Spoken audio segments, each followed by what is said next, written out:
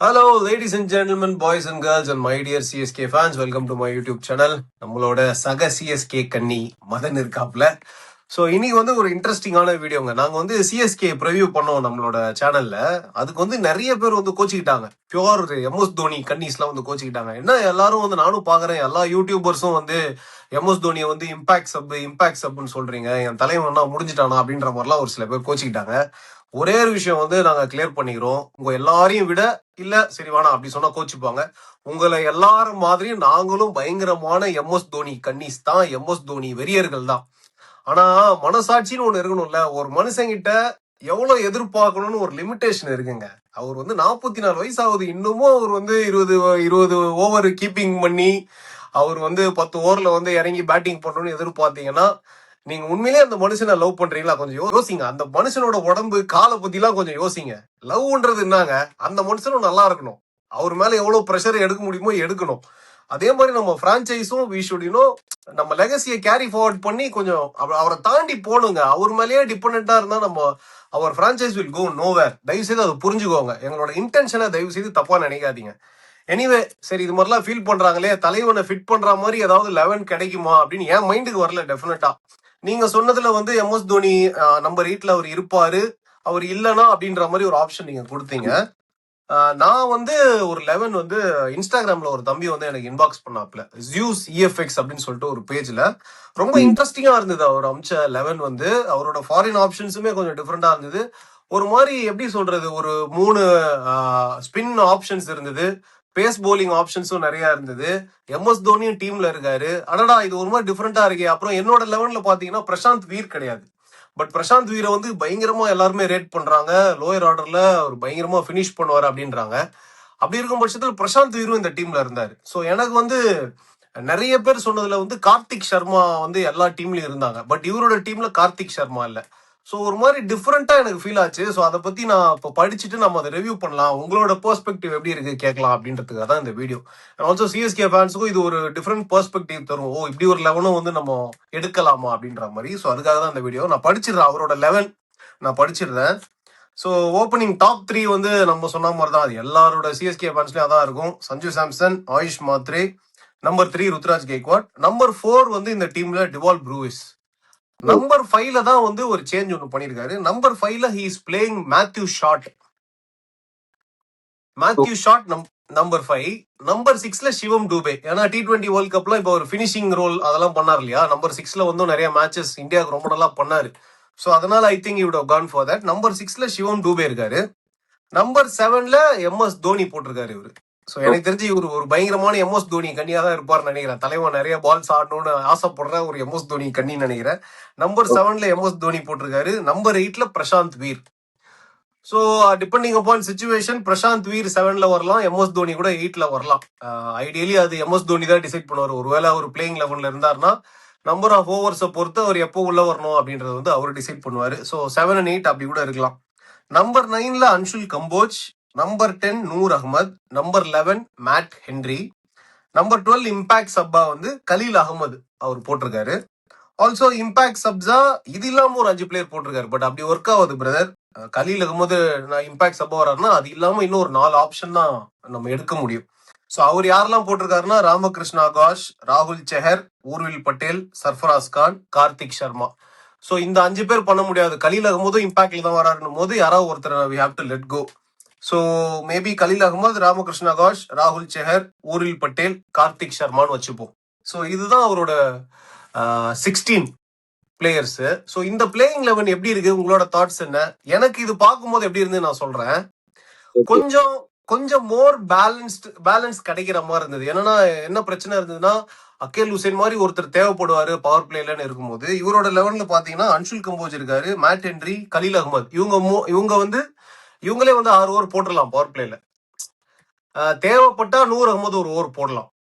So அந்த மாதிரி இவரோட ஃபார்மேட் என்னன்னா ஓல்ட் ஸ்கூல் ஃபார்மேட்னு நினைக்கிறேன். பவர் பிளேல ஃபுல்லா பேசர்ஸ் வச்சு போட்டுருங்க, மிடில் ஓவர் ஸ்பின்னர்ஸ் வச்சு போடுங்க, அப்புறம் லாஸ்ட்ல திரும்ப டெத் வந்து அன்ஷுல் கம்போஜ் அண்ட் மேட் ஹென்ரியை வச்சு மேனேஜ் பண்ணிக்கலான்ற மாதிரி தான் இருக்கு. ஸோ உங்களோட தாட்ஸ் என்ன சொல்லுங்க. 2 ஸ்பின்னர் யார வச்சிருக்காங்க, நூர் அகமது, பிரசாந்த் வீர். சோ அவங்களுக்கு வந்து 2 ஸ்பின் அண்ட் மேட்ச் ஷாட் போடுவாரு. ஆயுஷ் மாத்ரேயும் போடுவாரு தேவைப்பட்டா. சிவம் துபேவும் நமக்கு ஒரு ஆப்ஷன் இருக்கு. சோ நிறைய bowling ஆப்ஷன்ஸ் இருக்கு. சொன்னா நம்ப மாட்டீங்க. நாங்க ஃபர்ஸ்ட் ஐபிஎல் ப்ரிவியூ முடிச்சிட்டோன்னா ஃப்ரெஷ்ஷா ஒரு லீக் எடுத்தோம் கேம். அப்ப வந்து நான் வந்து மேட்ச் ஷாட் தான் என்னோட பிளேயிங் வச்சிருந்தேன் நம்பர் 4ல. சிவம் துபே எல்லாம் அப்ப ஆடல, வேர்ல்ட் கப்ல எல்லாம் ஆடல. சிவம் துபே நான் விம்பேரா வச்சிருந்தேன். ஓகே, மேட்ச் ஷாட் வந்து உங்களுக்கு வந்து ஒரு பயங்கரமான பிளெக்சிபிலிட்டி கொடுக்கும். ஸோ எனக்கு வந்து நான் சிஎஸ்கே பொறுத்த வரைக்கும் I believe Australian at the top will give some magic touch for நம்ம வம்சாவளியே நம்ம பார்த்துட்டு இருக்க ஒரு விஷயம் தான். Starting from Matthew Hayden, Michael Hussey, அதுக்கப்புறம் இப்ப வாட்சன் ஆகட்டும். சோ அந்த ஒரு டச் நமக்கு ஒர்க் ஆயிருக்கு. எனக்கு வந்து ஒரு ரிடம்ஷன் ஆஃப் மேட்ச் ஷாட் கண்டிப்பா இருக்கும்ன்றது எனக்கு வந்து தோணுச்சு. பிகாஸ் அந்த ஆஸ்திரேலியன் கனெக்ட் இருக்கும் மிஸ்டர் கிரிக்கெட்டுக்கும் நம்ம இதுக்கும். நாட் பிகாஸ் கேம்ஸ் சொல்ல, பட் அவருக்கு வந்து நல்ல செட் ஆகும். பிகாஸ் அவங்க ஒரே மாதிரி வந்து விளையாட ஸ்டார்ட் பண்ணிருப்பாங்க, அவரை பார்த்து இன்ஸ்பயர் ஆயிருப்பாங்க. சோ மைக்கேல் ஹசிக்கு செட் ஆகும்னு எனக்கு தோணுச்சு. என்ன ஒரு இடத்துல நான் டிஃபர் பண்ணேன்னா ஸ்பின் கொஞ்சம் வீக் ஆயிடுமே அப்படின்னு. ஆனா இவரோட 11 நான் பாக்குறப்போ நான் ருத்ராஜ் பாயிண்ட் ஆஃப் வியூல இருந்து யோசிக்கிறேன். ருத்ராஜுக்கு ஸ்பின் தேவையில்லையே.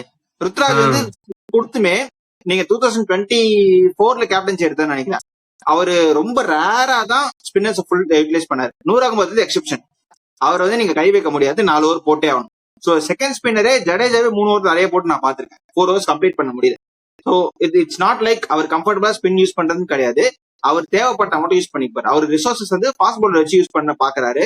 இந்த இடத்துல அவர் சொல்ற இம்பாக்ட் கார்த்திக் சர்மாவை லாஸ் பண்றது நான் ஒரு பெரிய வைட்டலா பாக்குறேன். ஐநோ நம்ம எம்எஸ் தோனின்னு பாத்தீங்கன்னா நம்ம 2 பேர் சண்டை போட்டாலுமே ஒரு நாள் ஃபுல்லா 24 மணி நேரமும் பேசுவோம், அவ்வளவு இருக்கும். நானும் அதுதான். அவர் இப்ப ரீசெண்டா சிவகார்த்திகேயனோட ஒரு இதுல பேசினாரு பாத்தீங்களா. அப்ப அவர் சொல்றப்ப கூட எனக்கு ஃபிட்னஸ் இல்ல, அவர் அவ்வளவு பெரிய ஓப்பன் ஸ்டேடியம்னு சொல்றாரு. அந்த மாதிரி அவர் ஸ்லோயிங் டவுன் சொல்றாரு. சோ அந்த ஸ்டேஜ்ல வந்து okay try let me try அப்படின்னு சொல்லி ஒரு ஃபங்கியா முடிச்சிருக்கலாம், இல்ல டெஃபினெட்லி டாட் மாதிரி ஏதாவது ஒரு வேர்ட் சொல்லிருக்கலாம். அதுதான் சிவகார்த்திகேயன் எக்ஸ்பெக்ட் பண்ணாரு. பட் அது கிடைக்கல. அவரே அப்படி சொன்னாரு, it is not on the way up, it is going down அப்படின்னு சொல்லிட்டு okay still I will try அப்படினாரு. அந்த ஒரு ஃபங்கி இல்ல டெஃபினெட்லி நாட் சொல்ல வரப்ப இருந்தது. அது மாதிரி கான்ஃபிடென்ட்டா சொல்ல I have never left begin சொல்லிருக்காரு. சோ அந்த enthusiasm அந்த உள்ளுக்குள்ள சைல்டு வந்து எம்எஸ் தோனிக்கு இருக்கும் when playing games. எல்லாருமே வந்து 2020ல வரவங்க போறவங்க எல்லாம் ஜெர்சி எடுத்து சைன் போட்டு போனாங்க. அவங்க எல்லாம் ஜெர்சி கலெக்ட் பண்றாங்க, நான் ஒன்னும் சொல்லவே இல்லையேன்னு சொல்லி அந்த மாதிரி சொல்லிட்டு இருந்த ஒரு மணி 5-6 வருஷத்துக்கு முன்னாடி. சோ அவருக்கு தெரிஞ்சு போச்சு இட்ஸ் டைம் டு மூவ் ஆன்றப்போ எனக்கு finishing category is very important for any T20 game. அந்த விஷயத்துல பாக்குறப்போ I don't want to lose any cost. எனக்கு எம்எஸ் தோனி ஆடினா சந்தோஷம் தான், பட் இஃப் நீடட் ஆடினா மட்டும் வச்சுக்கிட்டு கார்த்திக் சர்மா குரூம் பண்ண பாப்பேன். நீங்க ஒரு சைட்ல கார்த்திக் சர்மா, இன்னொரு சைட்ல தோனி ஆடுறாங்கன்னா நீங்க யோசிச்சு பாருங்க கார்த்திக் சர்மாக்கு எவ்வளவு பெரிய கான்பிடன்ஸ் இருக்கும். நீங்க மேட்ச் பிராக்டிஸ் ஆடலாம், நெட் பிராக்டிஸ் ஆடலாம், எங்க வேணா ஆடலாம். ஒரு மேட்ச் சிச்சுவேஷன்ல ஒரு 10 பால்ல 32 ரன் அடிக்கணும்னா எம்எஸ் தோனி எப்படி யோசிப்பாருன்றத கார்த்திக் சர்மா கிரீஸ்ல இருந்து பார்த்தாருன்னா அவருக்கு எவ்வளவு பெரிய கான்பிடன்ஸ் கிடைக்கும்ன்றது என்னோட point of view. If needed, இதுதான் நான் வந்து பாயிண்ட் ஆஃப் வியூ வைக்கிறேன். இஃப் நீடட் வச்சுக்கிட்டு அந்த இடத்துல வந்து நம்ம எம்எஸ் தோனி இம்பாக்ட் சபா வச்சுக்கணும்னு சொல்றேன். இங்க 2 இப்ப நீங்க அவரு வந்து கார்த்திக் சர்மா வந்து விட்டுறாரு, ரீசன் எம்எஸ் தோனி வந்திருக்காரு. You can play both Kartik Sharma MS Dhoni in playing 11. So அப்படி ஆட ஆரம்பிச்சு உங்களுக்கு ஒரு பவுலர் லூஸ் ஆயிடும். சோ அந்த கான்ஃபிளிக்ட் தான் மேட்ச் ஷாட்டை வந்து நான் வந்து எடுத்துருவேன். மத்தபடி மேட்ச் ஷாட் வந்து பயங்கரமான பிளேயிங் 11 இது நடக்க வாய்ப்பு இருக்கு. இஃப் இன் கேஸ் டேண்டமா நிறைய இடத்துல வந்து நமக்கு மிஸ் ஆச்சு, ஒருவேளை பிரெவிஸ் கொஞ்சம் லைட்டா இன்ஜுரினா they will go for Matthew Short. But ideally they Matthew ஷாட்டை மிடில் வச்சுக்க மாட்டாங்க. ஆனா நமக்கு ஹெவி இருக்கு. Yes sir. Also Matthew Short வந்து ஓப்பனிங் அங்கதான் வந்து இன்னும் பெட்டர் யூட்டிலிட்டி இருக்கும்னு நினைக்கிறேன். மிடில் ஆர்டர்ல எஸ் சிக்ஸஸ் அடிப்பாரு, பட் ரொம்ப எக்ஸ்ப்ளோசிவா மிடில் ஆர்டர்ல அவர் ஆடி அந்த மாதிரி எனக்கு தெரிஞ்சு இந்தியன் கண்டிஷன்ஸ்ல பெருசா ஒர்க் ஆகும் தோணல. சிவம் துபேவும் நீங்க வந்து நிறைய பால் ஆட ஆரம்பிக்கணும். உங்களோட துபே தான் வந்து உங்களுக்கு மெயின் பேட்ஸ்மேன். என்னை பொறுத்த வரைக்கும் நான் அவர் தான் சொல்லுவேன். ருத்ராஜ், ஆயுஷ் மாத்திரை எல்லாமே ஒருவேளை பால் கொஞ்சம் அதிகமா ஸ்விங் ஆச்சுன்னா கொஞ்சம் கஷ்டம். பட் சிவம்டியோட ரோல் வந்து உங்களுக்கு நல்ல ரன் அடிச்சு 10 ஓவருக்குள்ள உங்களுக்கு 80 ரன் 90 ரன் ஆனாலும் உங்களுக்கு அதுல இருந்து 200 ரன் போட்டு போகும். ஒருவேளை 50 ரனுக்கு 3 விக்கெட் ஆனாலும் அங்க இருந்து கொண்டு போக முடியும். 2 சிச்சுவேஷனுக்கும் அவர் லாஸ்ட் 12 மந்த்ஸ்ல ஈஸியா வந்து ப்ரிப்பேர் ஆயிட்டாரு. சோ அவர் நம்ம அதிகமா யூட்டிலைசேஷன் ஆரம்பிக்கணும். ஒரு 50 பால் அவர் ஆட வச்சு அவர் வந்து நம்ம நெக்ஸ்ட் பிக் திங்கா சிஎஸ்கேல பாக்கணும்ன்றது என்னோட விஷயம். Because is already super star இந்த T20 வேர்ல்ட் கப்ல. ஏன்னா அவரை பத்தி நிறைய பேர் பேசினாங்க அவர் கொடுத்த இம்பாக்ட். சோ அதை நம்ம யூட்டிலைஸ் பண்ணிக்கணும். ஜஸ்ட் ஒரு 10 பால் 27 ரன் 10 பால் 30 ரன் யூஸ் பண்ணாம அந்த லாங்கிவிட்டி இன்னிங்ஸை கொடுத்தா சிஎஸ்கே இன்னும் டெவலப் ஆகும். வில் ஹேவ் ஒரு எம்எஸ் தோனி ரிப்ளேஸ் பண்ணா உங்களுக்கு ஒரு 2-3 பிளேயர் வருவாங்க பின்னாடின்னு தோணுது. சோ அதை தான் நான் மென்ஷன் பண்ண விரும்புறேன். அண்ட் நைஸ் 11 சர்ப்ரைஸ் எனக்கு என்னன்னா அதான் இந்த மாதிரி ஒரு 11 நான் இது வரைக்கும் நான் பார்த்ததுல யாருமே பெருசா சொல்லல. So I found it very interesting. Oh இப்படி ஒரு காம்பினேஷன் கூட இருக்கலாமா அப்படின்ற மாதிரி. மேபி நீங்க சொன்ன மாதிரி ஏதாவது மிட் சீசன்ல ஒர்க் ஆகலாம் இது நடக்கிறதுக்கு வாய்ப்பு இருக்கு. ஆல்சோ மேத்யூ ஷாட்டுக்கு சம் ஃபிங்கர் இன்ஜுரி இருக்குன்றாங்க. ஸோ ஃபர்ஸ்ட் ஹாஃப்ல வந்து I don't think is gonna play. அவர் ஃபிட் ஆகிறதுக்கே ஒரு 2 வீக்ஸ் ஆகும் அப்படின்றாங்க. ஸோ அதனால இனிஷியல் டேஸ்ல இந்த 11க்கு வாய்ப்பு இல்ல. நம்ம எல்லாருமே ப்ரெடிக்ட் பண்ண மாதிரி top 5 is gonna be Sanju, Ayush, Ruthu, Dewald புருவேஷ், சிவம் டூபே தான். இவங்க 5 பேர் தான் டாப் 5 இருப்பாங்க. அதுதான் சிஎஸ்கேக்கு பயங்கர டெவஸ்டேட்டிங்கா டிமாரலைசிங்கா இருக்கும் ஃபார் த ஆப்போனன்ட்ஸ். அந்த மாதிரி ஒரு டாப் 5 நமக்கு இருக்கு. ஸோ அதை டிஸ்டர்ப் பண்ண மாட்டாங்க அப்படின்னு தான் நினைக்கிறேன். பட் என்னன்னா இதுல வந்து நிறைய ஸ்பின் ஆப்ஷன்ஸும் இருக்கு, பேஸ் ஆப்ஷன்ஸும் இருக்கு. அந்த மாதிரி ஒரு பேலன்ஸ்டா ஒரு டீம் இது. இது எப்படி ஒர்க் ஆயிருக்கும் பெட்டரானா, இம்பாக்ட் சப்னு ஒரு ஆப்ஷன் இல்ல வச்சுக்கோங்களேன். அப்போ வந்து இந்த மாதிரி ஒரு 11 வந்து நமக்கு நிறைய ஆப்ஷன்ஸ் இருக்கிறது பெட்டரா இருக்கும். இப்போ இம்பாக்ட் சப்னு ஒண்ணு வந்ததுக்கு அப்புறம் இந்த மாதிரி நமக்கு டீம் எடுக்கணும்னு அவசியம் இல்ல. அந்த அவசியம் நமக்கு இல்ல அப்படின்றது தான் உண்மை. And someone like Karthik Sharma and ஊரில் பட்டேல் 2 பேர்ல யாராவது ஒருத்தர் டெஃபினட்டா 11ல ஆடியே ஆகணுங்க. ஏன்னா 2 பேருமே பயங்கர 6 ஹிட்டிங் கெப்பாசிட்டி இருக்கு, பயங்கரமா ஆடுறாங்களா நெட்ஸ்ல. ஸோ அப்படி இருக்கும்போது 2 பேருமே நம்ம இம்பாக்ட் சப்ல வச்சோம்னா 6 ஹிட்டிங் தாங்க இப்போ need of the hour T20 பொறுத்த வரைக்கும். So it is not the big names. அதெல்லாம் தாண்டி ஹூ கேன் ஹிட் ஒரு 10 பால் ஆனா அட்லீஸ்ட் ஒரு 2 6 அடிக்கணும். அந்த மாதிரி யாரு கேப்பபிலிட்டி இருக்கோ அவங்க தான் போக போக T20ல வந்து டாமினேட் பண்ணுவாங்க. அதனால we cannot afford to lose Kartik Sharma and both Urvil Patel. அது மாதிரி 2 பேர்ல டெஃபினட்டா யாராவது ஒருத்தர் ஆடியே ஆகணும். சோ அங்கதான் இது வந்து பிரச்சனையா வரும் இந்த 12 பொறுத்த வரைக்கும். சர்ப்ரைஸ் கான் பாத்தீங்களா பிராக்டிஸ் கேம் வீடியோ வந்திருந்தது, யாரோ ஒருத்தர் மேல இருந்து எடுத்து போட்டிருந்தாங்க. என்னென்னமோ 3 ஸ்டெம்பு கவர் பண்ணி இப்படி அடிச்சு கீழே படுத்துறாரு. எனக்கு என்னது இப்படிலாம் நீங்க ஆடுறீங்க, கொஞ்சம் கிளிம்ஸ் போன வருஷம் இந்த மாதிரி ஆள் கிடைக்காம ஆள் சொல்லிட்டு இப்ப யோசிச்சு பாருங்களேன், உங்களுக்கு 3 பேருக்கு ஆடுறதுக்கு 3 ரீப்ளேஸ்மெண்ட் இருக்கு பேக்ல. நமக்கு போன வாட்டி யார் எடுக்கிறதே தெரியாம இருந்தோம் பேட்டிங் சிக்ஸடிக்கிறதுக்கு. சோ அவ்வளவு டஃப் சாய்ஸஸ் இருக்கப்போ it is difficult to involve match shot. இப்போ ஒரு மேட்ச் ஷாட் யூஸ் பண்ணாங்க, அந்த இடத்துல சர்ஃப்ராஸ் கான் யூஸ் பண்ண கூட சிஎஸ்கே நிறைய வாய்ப்பு இருக்கு. ஏன்னா அஜின்கே ரஹானே நம்ம அப்படிதான் கொண்டு வந்தோம், உத்தப்பா அப்படிதான் கொண்டு வந்தோம். சோ எனக்கு ஒரு ஆசை ரஹானே உத்தப்பா மாதிரி சர்ஃப்ராஸ் கானுக்கு ஒரு பயங்கரமான கிடைக்கணும். பட் இங்க ஸ்லாட் இல்ல, எனக்கு அவரையே பிக்ஸ் பண்ண முடியல உள்ளுக்குள்ள பாவம் top 5ல. But I won't be surprised if CSK finds a way to play Sarfaraz Khan in the 11 bro. ஏதாவது ஒரு காம்பினேஷன், நம்ம யாருமே யோசிக்காத ஒரு காம்பினேஷன் எடுத்துட்டு வந்து சர்ஃபராஸ் கான மிடில் ஆர்டர்ல யூஸ் பண்ணாலும் பண்ணுவாங்க. எனக்கு தெரிஞ்சு சிஎஸ்கே அது பண்றதுக்கும் வாய்ப்பு நிறைய இருக்கு. இம்பாக்ட்ல வச்சுக்கிட்டு 7 விக்கெட்ஸ் வேணும் தான் யூஸ் பண்ணிக்கலாம். பட் நீங்க வந்து ப்ரொவைடட் சிவம் துபேக்கு நல்ல 6th bowling ஆப்ஷனா நீங்க வச்சுக்கிட்டு எப்பயுமே நம்ம வந்து டாப் 3 வந்து 100 அடிக்கும் 70 அடிக்கும் யோசிக்க முடியாது. ஒருவேளை ஒரு ஃபுட்பால் ஸ்கோர் கடந்துருச்சு, ட்ரெண்ட் போல்ட் போட்டு உரிச்சிட்டாரு அப்படின்னா நம்பர் 4ல டக்குனு சர்ப்ரைஸ் கானால வந்து நம்மளால பண்ண முடியும்னு ஒரு தாட் இருக்கு. ஏன்னா அவர் ஓப்பனர் தானே. சோ இம்பாக்ட் வச்சுக்கிறதால அந்த டைம்ல நம்ம தோனி லூஸ் பண்ணிடுவோம். சோ தோனி சர்ப்ரைஸ் இம்பாக்ட் வச்சுக்கிட்டு எப்ப தேவைப்படுறத யூஸ் பண்ணலாம். எனக்கு ஏதாவது ஒரு கேம் சர்ப்ரைஸ் கான் அடிச்சுட்டு அவர் அப்படியே சஸ்டைன் ஆனா நல்லது. பட் ரொம்ப கஷ்டம், யாரையுமே நீங்க கை வைக்க முடியாது டாப் 5ல. ஆயுஷ் மாத்திரை தான் கை வைக்க முடியும், அவரும் ப்ராடிகி இன்னும் பண்ண முடியாது. இப்போ சிஎஸ்கேக்கு பிரச்சனையே ப்ராப்ளம் ஆஃப் பிளென்டி தான் ப்ரோ. ஏன்னா ஐ பர்சனலி ஃபீல் ராமகிருஷ்ணா காஷை கூட நீங்க பெஞ்ச் பண்ண முடியாது. அந்த மாதிரி ஒரு குவாலிட்டியை வந்து யூ ஷுட் பிளே இந்த 11 தான் இருக்கு. பட் நான் நீங்க சொன்ன மாதிரி யாரை உட்கார வைக்கிறது யாரை ஆடுறதுன்றதே பெரிய ஹெட்டேக்கா இருக்கும். அது சிஎஸ்கே என்ன பண்ண போறாங்க அப்படின்னு தெரியல. So we have to wait and watch. Whatever happens let it be for the best of CSK. As usual CSK fans உங்களோட தாட்ஸ் என்ன, பெஸ்ட் பாசிபிள் பிளேயிங் 11, உங்களோட மைண்ட்ல வேற ஏதாவது இன்ட்ரெஸ்டிங் ஆப்ஷன்ஸ் இருந்தாலும் கமெண்ட்ஸ்ல போட்டு விடுங்க, நம்ம டிஸ்கஸ் பண்ணலாம். Thank you so much for joining. And once again we would want to stress on the fact that எங்களுக்கு வந்து தலைவனை இம்பாக்ட்ல தான் வைக்கணும் அப்படின்றது வந்து ஆசை கிடையாது. அவரை நாங்க வந்து அண்டர் எஸ்டிமேட் பண்ணல.